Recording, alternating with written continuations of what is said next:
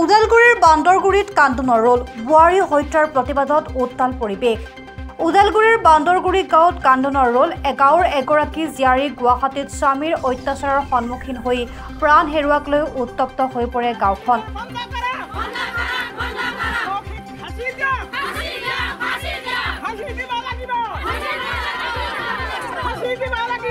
ওদালগুৰিৰ বান্দৰগুৰি গাঁৱৰ শচীন্দ্ৰ বানিয়াৰ জীয়ৰী সুজাতাই গুৱাহাটীৰ মানস জ্যোতি দাসৰ সৈতে বিবাহপাশত আবদ্ধ হৈছিল 4 বছৰ পূৰ্বে।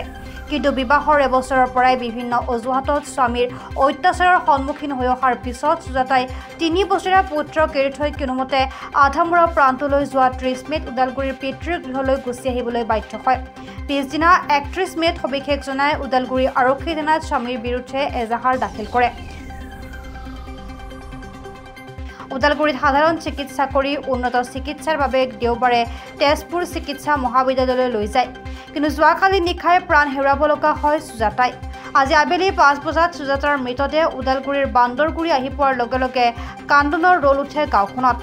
হত্যাৰ বিৰুদ্ধে উত্তাল হৈ পৰিছে গাঁওখন। স্বামী মানসৰ নিৰ্মম অত্যাচাৰৰ ফলতে সুজাতাই প্ৰাণ হেৰুৱাব লগা হোৱা বুলি অভিযোগ তুলি স্বামী মানস জ্যোতি দাসক ফাঁচি দিয়াৰ দাবী জনাইছে স্থানীয় ৰাইজ তথা গোৰ্খা দল সংগঠনে।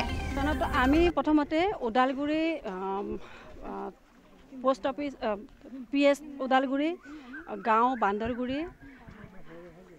পোষ্ট অফিচ বান্দৰগুৰি শচীন্দ্ৰ বানিয়াৰ একমাত্ৰ কন্যা সন্তান তাই ভাল পাই আমাৰ হিন্দু ল'ৰা অসমীয়া ল'ৰাৰ লগত তাই পলাই গৈছিলে আজি 4-5 বছৰমান আগত। তাৰ লগত এটা ল'ৰাও জন্ম হ'ল। বিয়া হোৱাৰ 1.5-2 বছৰ পিছত এই কথাটো আমি গম পাওঁ, সি মানে নিৰ্যাতন কৰে, তাইক মাৰপিট কৰে। তাৰপিছত আমাৰ ঘৰত অনা হ'ল। তাইক অনা হোৱাৰ পিছত ল'ৰাটো আহি একদম চবৰ লগত ক্ষমা খুজি একদম মই আজিৰ পৰা এইটো কাণ্ড নকৰোঁ, মই মাৰপিট নকৰোঁ বুলি ক্ষমা খুজি সি ধুনীয়াকৈ লৈ গ'ল, ছোৱালীজনীক লৈ গ'ল। তাৰপিছত আমি ভাবিলোঁ ইমান ভাল পাই তাই বিয়া হৈছিলে, তাই জাতি নাচালে। আজিৰ দিনত আজিৰ এই শিক্ষিত সমাজ হয় নহয়, আজি এই শিক্ষিত সমাজত তাই এই সৰু ছোৱালী, তাই জাতি একো ভেদভাৱ নোচোৱাকৈ তাই নিজা জাত নহয়, তাই বেলেগৰ জাতিৰ লগত বিয়া হৈ গুচি গ'ল। আমিও সেইটো মান্তি হ'লোঁ। তাৰপিছত সি আহি সেই গোটেই ঘটনাটো মিলাই পেলাই সি লৈ গ'ল। লৈ যোৱাৰ পিছত সিটো নেৰিলে, সি মদ খায় আৰু বহুত বেছি অত্যাচাৰ কৰে। কিন্তু তাই লুকালে এই কথাটো, তাই একদম ঘৰত নক'লে। ঘৰত ক'লে তাই ভাবে যে মোক মানে ইয়াৰ পৰা লৈ যাব, মানে সম্বন্ধটো বিচ্ছেদ কৰি দিব মা দেউতাই।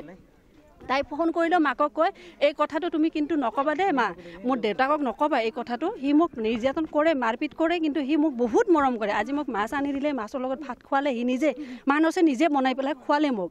তাই এইবিলাক কথা কয়। কিন্তু তাই মানে দেউতাকক ক'ব, দেউতাই গৈ পেলাই তাইক লৈ আহিব বুলি তাই ভয়ত দেউতাকক ক'ব নিদিয়ে। লাষ্টত মানে ইমানেই মাৰপিট মানে ভাল পোৱাটো তাই ইমানেই মানে হৃদয়ৰ পৰা তাই ভাল পাইছিলে তাক, ইমান মাৰপিট ইমান নিৰ্যাতন তাই সহ্য কৰিব পাৰিছে। আজিৰ দিনত ছোৱালী ক'ত ছেফটি আছে আপোনালোকে নিজে ভাবক। এজন নিজৰ হাজবেণ্ডৰ লগতে তাই যদি মাৰপিট মানে যৌতুক 1 নম্বৰ তাইতো নক'লে যৌতুকৰ কাৰণে, কিন্তু তাই পইচা বিচাৰে 25,000 30,000 20,000 সেনেকৈ পইচা বিচাৰে, ঘৰৰ পৰা দিয়া হৈছিলে। সেই কথাটো তাক পইচা বিচাৰে ঘৰৰ পৰা দিবই, এজনীয়ে কন্যা সন্তান যিহেতু এইটো কোনো প্ৰব্লেমেই নাছিলে ঘৰৰ পৰা। কিন্তু সি মাৰিছে কিয়? তাইৰ মাথাৰ পৰা ভৰিলৈকে আপোনালোকে চাব, এতিয়া বডিটো কোনো জাগা চিন নোহোৱা জাগা নাই। যোৱাকালি হস্পিটেল লৈ যাওঁতে মই যেতিয়া চুলিটো বান্ধি দিব খোজোঁ, তাই ক'ব নোৱাৰে, তাই ইংগিত দিয়ে যে মোৰ বহুত পেইন, চুলি নুচুবা, মোক চুলি নুচুবা, তাইক ইংগিতত কয়। ইয়াত সুজাতা চেত্ৰী দাসে আজি নিজৰ প্ৰাণটো আহুতি দিব লগা হৈছে। তাৰ কাৰণ হৈছে যৌতুক প্ৰথা। যদি এই যৌতুক প্ৰথাই যাতে সুজাতা চেত্ৰী দাস মাত্ৰ নহয়, বহুতো আমাৰ নাৰীসকলে, আমাৰ ভণ্টি দিদিসকলে নিজৰ প্ৰাণটো আহুতি দিব লগা হৈছে আজিলৈকে। গতিকে এই যৌতুক প্ৰথাটো কি ধৰণেৰে আমি বন্ধ কৰিব পাৰিম, আৰু সেই যি ব্যক্তিসকলে নিজৰ চিন্তাত আনিছে যৌতুক প্ৰথা ভাৱধাৰণা, এই ভাৱধাৰণা থকা ব্যক্তিক উচিত শাস্তি দিব লাগিব, ফাঁচি দিব লাগিব। নহ'লে অনাগত দিনত এনেকুৱা আৰু ব্যক্তিবিলাক জন্ম হ'ব, যি ব্যক্তিৰ কাৰণে আমাৰ ভণ্টি দিদিসকলে বাইদেউসকলে আমাৰ নিজৰ প্ৰাণটো আহুতি দি থাকিব লগা হৈছে।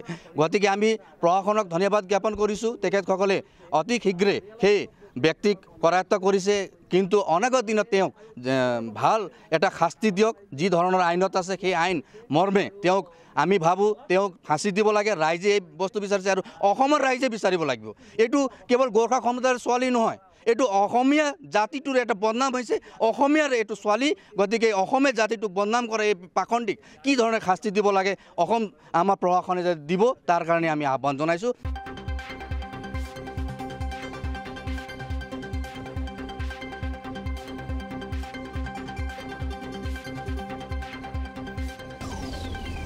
ওদালগুৰিৰ পৰা চিন্ময় ডেকাৰ ৰিপৰ্ট প্ৰাত টাইম ডিজিটেল